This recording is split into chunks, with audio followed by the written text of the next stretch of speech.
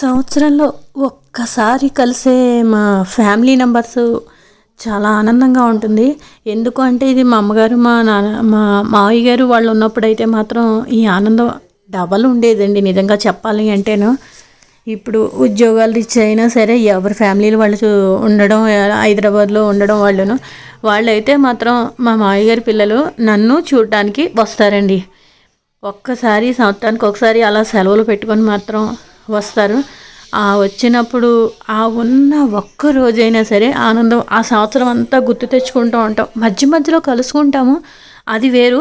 ఇలా పండగ మాత్రం పాపం ఒకసారి నన్ను చూడడానికి అయితే వస్తారు. మేనత్త కూతుర్ని అనమాట.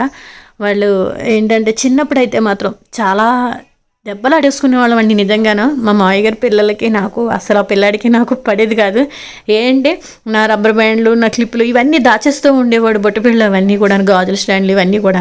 వాడి పుస్తకాలు నేను అలాగే దాచేదాన్ని. ఇలా చిన్నప్పుడు కొట్టుకున్న అల్లరి అంతా పెద్ద అయ్యేసరికి చాలా ఇది అనిపిస్తుంది అనమాట.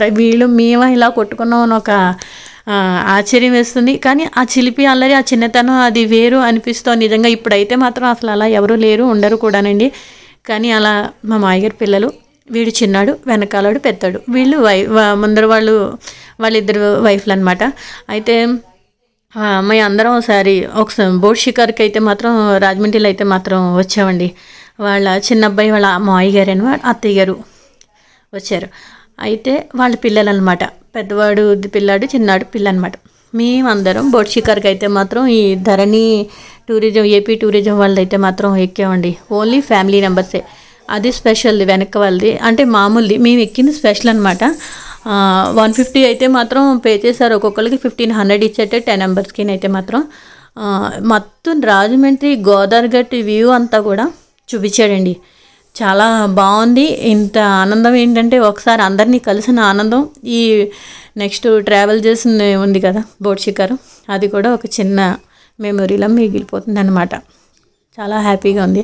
నెక్స్ట్ ఏంటంటే ఒక్కసారి ఎప్పుడైనా ఎవరైనా సరే రాజమండ్రి వచ్చినప్పుడు మాత్రం చూడతగ్గది ఫస్ట్ ఏంటి అంటే ఈ బోట్ షికార్లో ఈ బ్రిడ్జ్ నుంచి ఆ బ్రిడ్జికి వ్యూ చూపిస్తాడండి. ఇది మాత్రం చూడాలి, ఎంత బాగుందో చూడండి. లొకేషన్ అయితే మాత్రం షూటింగ్లు అవి ఎందుకు తీస్తారో అనుకున్నాను, అయితే ఎంత అందంగా ఉంది కదా.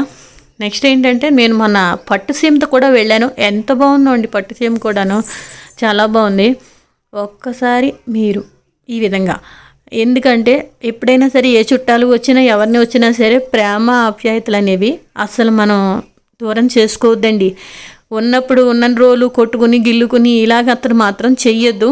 అప్పుడప్పుడు ఇలా బంధాలు ఎప్పుడైనా దూరం అవుతూ ఉంటేనే బంధాల విలువ తెలుస్తూ ఉంటుంది అంటారు. మేము చిన్నప్పుడంతా మొత్తం కలిసే పెరిగామండి అందరం. ఈ పెళ్ళిళ్ళు అయిన తర్వాతే మేము అందరం దూరంగా ఉద్యోగాలు ఇచ్చే ఉంటున్నాం అంతే. ఒక్కసారి అదంతా గుర్తుకొచ్చేసింది నాకైతే మాత్రం. ఉన్న ఒక్క పూట అయినా సరే హ్యాపీగా ఎంజాయ్ చేసామనిపిస్తుంది నాకు. మీరు ఎప్పుడూ కూడా కోపాలతోటి ద్వేషాలతోటి ఎవ్వరూ కూడా ఉండకండి. అందరూ కలిసి ఉండడానికి మాత్రం ప్రయత్నం చేయండి. ఒక్క రోజైనా సరే హ్యాపీగా ఉండండి. వీళ్ళ మీద వాళ్ళ మీద వీళ్ళు ఇలా చెప్పుకొని ఏది ప్రయోజనం ఉండదండి. హ్యాపీగా ఉండండి.